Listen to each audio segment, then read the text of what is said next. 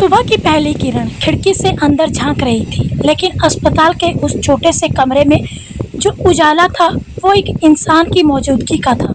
वो इंसान अंकित, जो रात भर एक अजनबी के पास बैठा रहा, उसके हर सांस की धड़कन को जैसे अपनी धड़कन बना लिया हो। अनुष्का की आंखें खुली। उसने खुद को सिर से पैर तक पट्टियों में जकड़ा हुआ पाया, लेकिन जब उसने देखा कि कोई उसके पास बैठा है, आंखों में जागा हुआ पर थका नहीं, तो वो फिर फुसफुसाई, तुमने मुझे क्यों बचाया? अंकित ने हल्के से मुस्कुराते हुए कहा। आपकी चीख सुनकर कुछ सोचने का मौका ही नहीं मिला। बस इतना लगा, अगर उस वक्त मैं न पहुंचता तो खुद को जिंदगी भर माफ नहीं कर पाता। अनुष्का चुपचाप उसे देखती रही। कई सवाल थे उसकी आंखों में। कौन हो तुम? क्यों इतने अपने हो? क्यों किसी अपने से ज़्यादा अपने लगते हो? कुछ देर बाद जब नर्स आई तो उसने कहा, अब मरीज को घर जैसे कपड़े पहनाने होंगे, कपड़ा बदलना होगा। अंकित झेप गया। मैडम, अगर आप कहें तो मैं बाहर से कुछ ले आता हूँ। अनुष्का ने थकी मुस्कान के साथ सिर हिलाया। वो बाहर गया। बाहर से एक सादी सी मैक्सी खरीद कर लाया, अपनी जेब से बचे आखिरी पैसों से। नर्स ने पूछा, आप क्या लगते हो इनके? वो चुप रहा कुछ सेकंड, फिर कहा, जाने वाला हूँ। क्योंकि अगर वक्त यह कहता मैं तो बस एक अजनबी हूँ तो शायद डॉक्टर भी शक करते, अस्पताल वाले भी सवाल करते, और वह सारी मदद जो अब तक की थी शायद वह मिट जाती। नर्स ने कहा, तो कपड़े चेंज करवा दीजिए, पर्दा डाल दीजिए। अंकित ने पर्दा खींचा, आंखें झुका ली और वहीं खड़ा रहा। तभी अनुष्का ने धीमे से कहा, अगर तुम थोड़ा मदद कर दो तो मैं बदल लूँगी। हाथ हिल नहीं रहे, ग्लूकोज चढ़ा है। अंकित कांपता हुआ उसके पास गया, धीरे से उसका हाथ थामा, और जितनी इज्जत, जितनी मर्यादा उसके पास थी वह सब उस एक क्षण में उसने संजो दी। कपड़े बदलने के बाद अनुष्का ने पहली बार अंकित की ओर कुछ और गहराई से देखा। वह कोई नायक नहीं था, कोई अमीर नहीं था, लेकिन उस दिन उसके जैसा इंसान शायद इस धरती पर कोई नहीं था। धीरे धीरे 2 दिन बीत गए। अंकित अब अस्पताल के हर कोने से परिचित था। कभी दवा लाने दौड़ता, कभी रिपोर्ट लेने जाता। अनुष्का की सेवा में वह खुद को तो भूल ही चुका था, और अनुष्का वो अब उसे देखने लगी थी उस नज़र से जिससे कोई किसी करीबी को देखता है। कभी सोचती, जिस इंसान ने मेरी जान बचाई वो मुझसे कभी भी कुछ भी नहीं मांग रहा। क्या सच में अब भी ऐसे लोग बचे हैं दुनिया में? तीसरे दिन डॉक्टर ने कहा, अब आप मरीज को डिस्चार्ज कर सकते हैं। घर में देखभाल जरूरी है, लेकिन अस्पताल की ज़रूरत नहीं। अंकित ने डॉक्टर को धन्यवाद दिया और एक बार फिर उसी तरह अनुष्का को व्हील चेयर में बिठाया। घर चले? मैडम, अनुष्का ने पहली बार बिना कुछ कहे सिर्फ सिर हिलाया, और उसकी आंखों से आंसू चुपचाप उसकी गोदी में गिर पड़े। ऑटो रुका। बिल्डिंग बहुत ऊंची थी। 8वीं मंजिल पर अंकित का फ्लैट था। जब अंकित ने दरवाज़ा खोला तो उसकी आंखें खुली की खुली रह गई। 3 कमरे, बड़ा हॉल, चमचमाता फर्नीचर। उसने कभी इतना खूबसूरत घर फिल्मों में ही देखा था। मैडम, यह आपका घर है क्या? अनुष्का ने धीमे से कहा। हाँ, पर अब इसमें कोई नहीं रहता, सिर्फ मैं। अंकित उसे धीरे से बेड पर लेटाता है, चादर ओढ़ाता है और एक तकिया उसके सिर के नीचे रखता है। तभी फ़ोन बजता है। नया नंबर। अनुष्का कांपते हाथों से उठाती है। हेलो। दूसरी तरफ से आवाज़ आती है, अनुष्का, मैं हितेश बोल रहा हूँ। उसकी आंखों से फिर से आंसू गिरते हैं। हितेश, मेरा एक्सीडेंट हो गया था। मैं मरते मरते बची हूँ। अगर एक लड़का नहीं होता तो मैं आज नहीं होती। फ़ोन के दूसरी तरफ से आवाज़ आती है, मैं आ रहा हूँ अनु, 2 दिन में तुम्हारे पास पहुँचूँगा, बस तुम ठीक रहो। फ़ोन को कट जाता है। कमरे में एक सन्नाटा, और उस सन्नाटे को तोड़ती है चुप्पी और अनुष्का की धीमी आवाज़। कभी कभी ज़िंदगी हमें उस मोड़ पर ले जाती है जहाँ मदद करना इंसानियत नहीं, इम्तिहान बन जाता है, और किसी अनजान के लिए बहाए आंसू कभी हमारी तकदीर का सबसे बड़ा मोड़ बन जाते हैं। दिल्ली की भीगी सड़कों पर एक लड़का बैठा था, बिल्कुल चुप, बिल्कुल टूटा हुआ। नाम था अंकित। गांव से आया था कुछ सपने लेकर, लेकिन आज उन सपनों का जनाजा उसी फुटपाथ पर पड़ा था। हाथ में एक प्लास्टिक की थैली थी जिसमें बस एक जोड़ी कपड़े थे, एक पुरानी डायरी और 1000 रुपये अभी अभी जूते की दुकान से निकाला गया था। कहा गया, तू कस्टमर से बात करना नहीं जानता, कल से मत आना। आंखें नम थी लेकिन कोई आंसू नहीं थे, क्योंकि वह इतना टूट चुका था कि अब रोने की भी हिम्मत नहीं बची थी। और तभी उस सुनसान सड़क पर एक तेज चीख गूंजी, बचाओ, कोई है क्या, मुझे अस्पताल ले चलो, खून बह रहा है। अंकित की आंखें खुली, कानों में आवाज़ फिर गूंजी और उसके शरीर में बिजली सी दौड़ गई। वो उठा, भागा जहाँ से आवाज़ आ रही थी। वहाँ एक भीड़ खड़ी थी, मोबाइल निकालकर वीडियो बना रही थी। कुछ लोग कह रहे थे पुलिस को बुलाओ, कुछ लोग कह रहे थे एम्बुलेंस आने दो, हम क्यों हाथ लगाएं। लेकिन वहाँ एक महिला करीब 27 साल की, खून से सनी कुर्ती, माथे पर गहरा घाव और आंखों में मौत का डर, वो कांपती हुई आवाज़ में बस कह रही थी, कृपया कोई मेरी जान को बचा लो। अंकित की रगों में इंसानियत दौड़ बढ़ी। उसे भी नहीं पता चला कि उसने क्या किया। वह घुटनों के बल उसके पास पहुंचा, रुमाल निकालकर उसके घाव पर बांधा, कंधे पर उठाया और एक ऑटो रुकवाया। ऑटो वाले ने पूछा, भाई साहब, यह तो पुलिस केस लग रहा है, मैं नहीं जाऊंगा। अंकित ने आंखों में आंसू लिए हुए कहा, भाई, अगर तेरी बहन होती तो भी क्या तू मना करता। और फिर बिना सोचे वह महिला को गोद में उठाकर ऑटो में बिठा दिया। ऑटो चल पड़ा। रास्ते भर महिला की आंखें बार बार बंद हो रही थी। अंकित हर बार कहता, आंखें बंद मत करना मैडम, ठीक हो जाओगी, हिम्मत रखो, बस 2 मिनट। और जब वह अस्पताल पहुंचा तब तक उसकी शर्ट खून से लथपथ हो चुकी थी। डॉक्टरों को चिल्लाकर बुलाया, इमरजेंसी है, खून बहुत बह गया है, जल्दी कीजिए। डॉक्टर दौड़े, स्ट्रेचर आया, उसे इमरजेंसी वार्ड में ले जाया गया। अंकित वहीं बेंच पर बैठा, भीगा हुआ, डर के मारे कांपता हुआ, लेकिन संतुष्ट कि आज उसने किसी की जिंदगी बचाने की कोशिश की है। डॉक्टर बाहर आया और कहा, अगर देर होती तो शायद जान नहीं बचती। सिर में गहरा घाव है, 12 टांके लगेंगे और एक पैर भी टूट चुका है। अंकित के चेहरे पर हल्की सी राहत थी, लेकिन जब दवाइयों की लिस्ट दी गई तो उसने जेब से 1000 रुपये निकाले और सब कुछ उसी पर खर्च कर दिया। उस रात अस्पताल की वेटिंग चेयर पर बैठा वो लड़का जिसके पास खुद रहने की जगह नहीं थी, वो किसी अजनबी की देखभाल कर रहा था।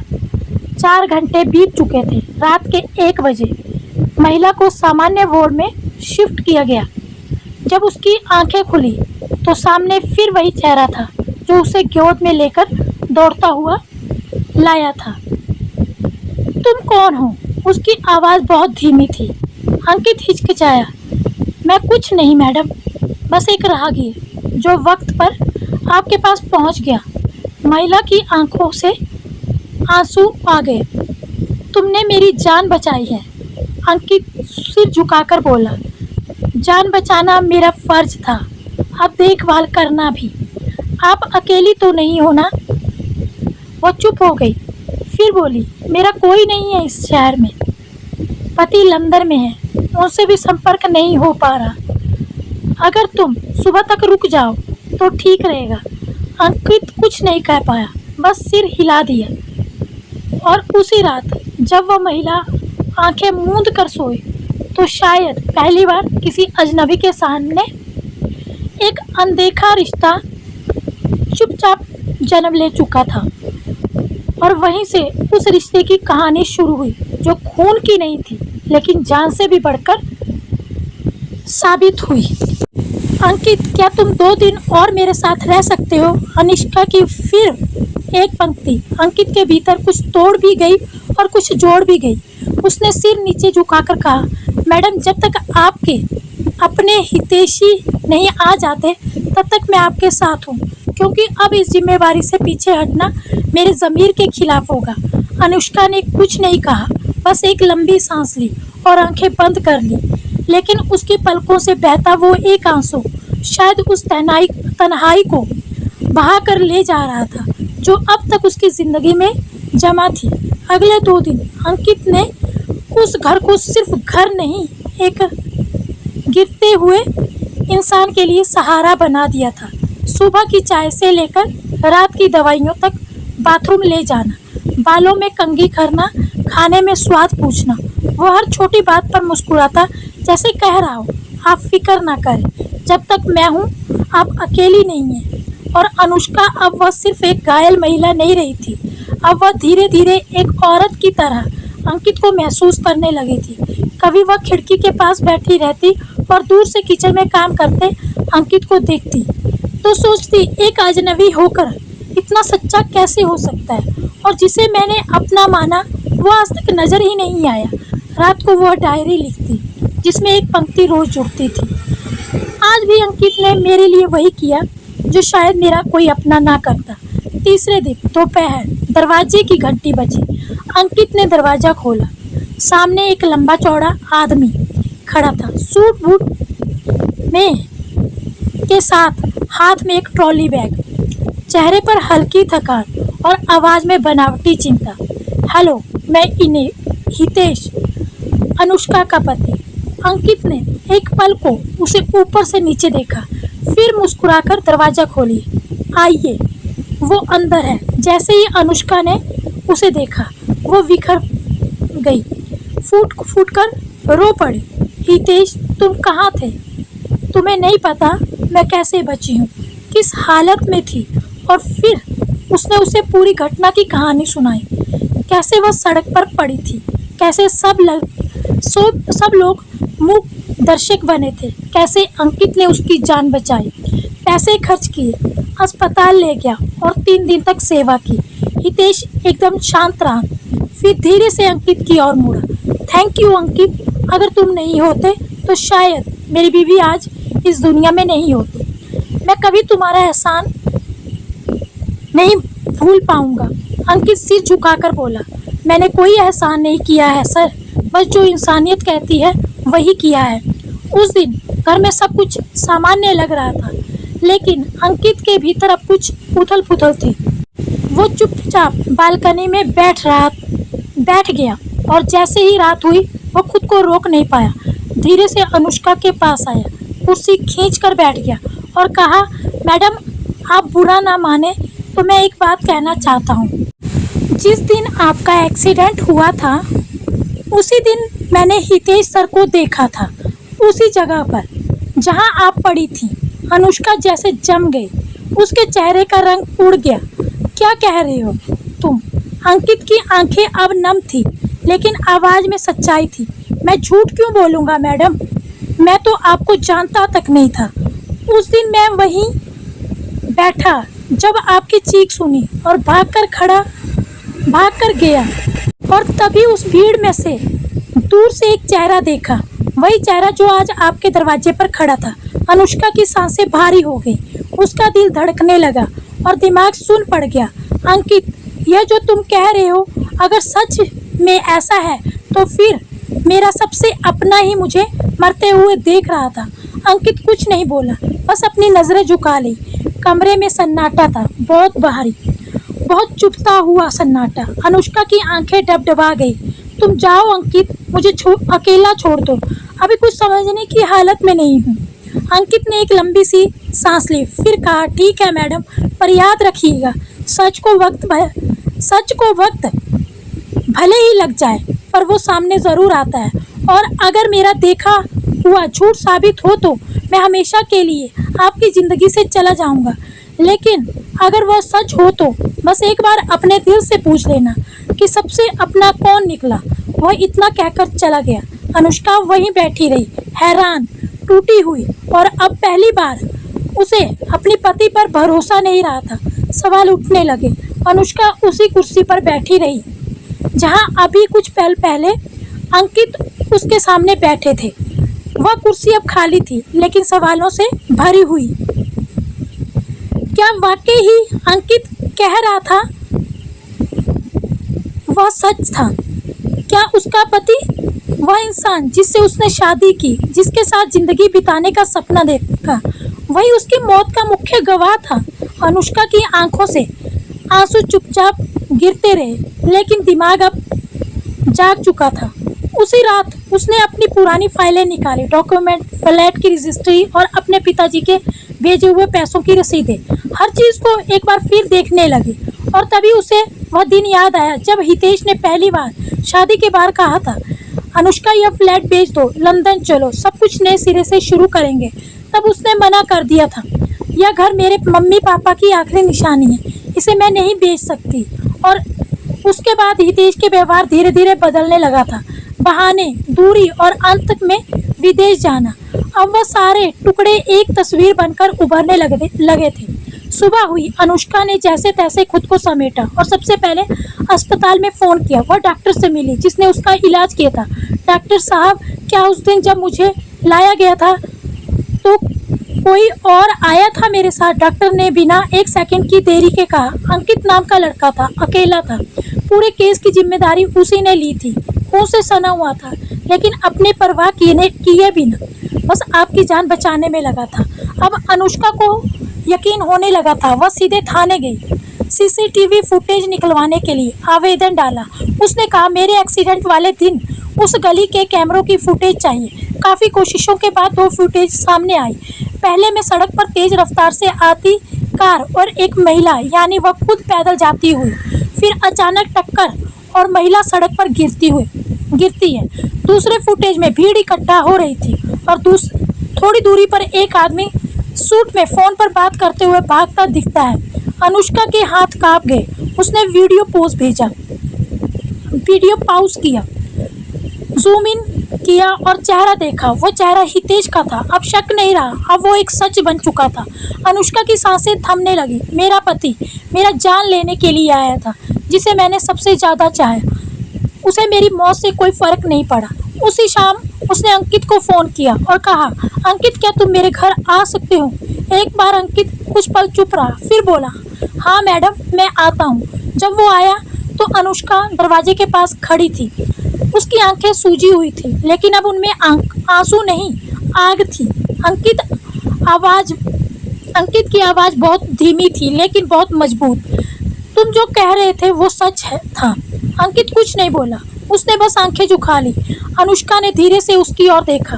जिस इंसान को मैंने अपना सब कुछ समझा, वही मेरी मौत का तमाशा देख रहा था। और जो कभी मेरा कुछ नहीं था, उसने मुझे दोबारा जीना सिखाया।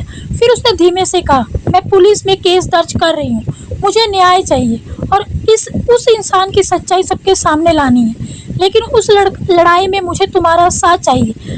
अंकित बोला, क्या तुम मेरे साथ चलोगे? अंकित की आंखें भर आई।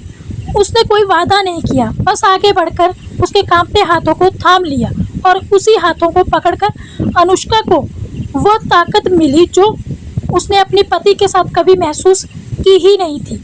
अगले दिन पुलिस की जांच, हितेश की कॉल डिटेल्स, ड्राइवर राहुल की गिरफ्तारी, सारे राज एक एक करके सामने आते गए। हितेश ने पुलिस के सामने कबूल किया, हाँ मैंने ही उस दिन उसे रास्ते से हटाने की कोशिश की थी, क्योंकि मैं वह फ्लैट और उसकी संपत्ति पाना चाहता था।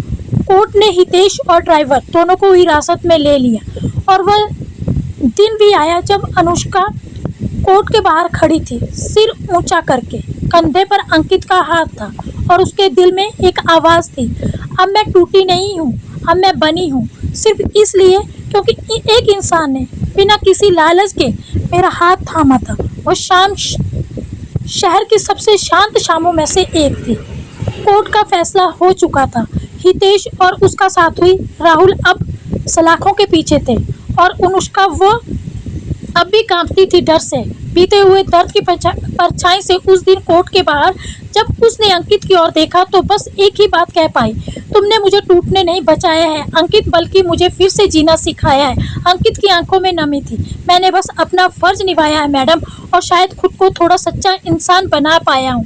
कुछ दिन बीते, अनुष्का अब ठीक हो चुकी थी, जख्म भर गए थे, बाहर भी और अंदर से भी। वो अब धीरे धीरे अपने पुराने फ्लैट में फिर से जीने लगी थी, लेकिन इस बार अकेली नहीं थी। अंकित अब उसके लिए वह परछाई बन चुका था जो हर वक्त उसके साथ चलती थी, जिसे शब्दों में बांधना मुश्किल था। एक दिन अनुष्का ने उसे डाइनिंग टेबल पर बैठाया, एक हाथ से खुद चाय बनाई, उसके कप में डाली और सामने बैठते हुए कहा, अंकित अब तुम चले क्यों नहीं जाती? अंकित चौंका, क्या मतलब मैडम? मतलब यह कि अब तुम्हारा काम खत्म हो चुका है, तुमने मुझे बचाया, संभाला, अब तुम्हारा कोई फर्ज नहीं बचता मेरे लिए। अंकित चुप हो गया। उसने बस इतना कहा, सच कहो मैडम, मैंने कभी किसी उम्मीद से आपके लिए कुछ नहीं किया। बस उस दिन जब आपकी चीख कानों में पड़ी, मुझे लगा अगर आज इसे ना बचाया तो खुद से नजरें नहीं मिला पाऊंगा। अनुष्का की आंखें भर आई और बोली, अंकित अगर तुम अब चले गए ना तो मैं दोबारा किसी पर भरोसा नहीं कर पाऊंगी, फिर से अकेली पड़ जाऊंगी, फिर से टूट जाऊंगी अंकित से। अंकित तुमने मेरी जान बचाई, मेरा सहारा बने। क्या अब तुम मेरी जिंदगी में सिर्फ एक मदद करने वाले नहीं, बल्कि हमेशा के लिए मेरे जीवन साथी बन सकते हो? अंकित दंग रह गया। उसकी आंखों में आंसू थे, होंठ कांप रहे थे। मैडम मैं बहुत गरीब हूँ, मेरे पास ना शोहरत है ना पैसे, मैं किसी अमीर बाप की अमीर के लायक नहीं हूँ। अनुष्का मुस्कुराई। जो इंसान दिल से अमीर होता है उसके पास दुनिया की सबसे बड़ी दौलत होती है, भरोसा और सच्चाई जो तुमने मुझे दी। अंकित उस दिन अंकित ने पहली बार उस हाथ को थामा जिसे उसने हमेशा आदर से देखा था, अब प्यार से थाम लिया। अगले ही दिन दोनों ने शादी कर ली। शादी कोई शोरगुल वाली नहीं थी, सिर्फ एक कोर्ट में हस्ताक्षर और एक वादा, अब चाहे जो भी हो जाए हम दोनों एक दूसरे का हाथ कभी नहीं छोड़ेंगे। आज उसी फ्लैट में वो दोनों रहते हैं। अनुष्का अब एक एनजीओ चलाती है जिसका नाम है दोबारा जिंदगी, जहाँ जख्मी महिलाओं को मदद मिलती है, सहारा मिलता है। और अंकित वो अब किसी दुकान में काम नहीं करता, वो उस एनजीओ का संस्थापक है। और हर दिन किसी को उठाते हुए उसे खुद में वही दिन याद आता है जब उसने अनुष्का को गोद में उठाया था। दोस्तों कभी कभी एक इंसान अनजान मुसाफिर जिंदगी का सबसे सच्चा हमसफर बन जाता है, और जिन्हें हम अपना समझते हैं वही सबसे बड़ा धोखा बन जाते हैं। इस कहानी में इंसानियत जीत गई और खुदगर्जी हार गई। अब एक सवाल आप सबसे, अगर आपके साथ ये सब होता तो क्या आप उस अजनबी इंसान को जीवन साथी बना पाते? क्या भरोसा एक बार टूटने के बाद कभी दोबारा जुड़ सकता है? कमेंट्स में ज़रूर बताएं। अगर आपको ये कहानी आपके दिल से छू गई हो तो वीडियो को लाइक करें और हमारे चैनल को सब्सक्राइब करें। फिर मिलते हैं एक दिल को छू जाने वाली कहानी के साथ। तब तक के लिए जय हिंद, जय भारत। अपना ख्याल रखिएगा और मुझे सपोर्ट कीजिए।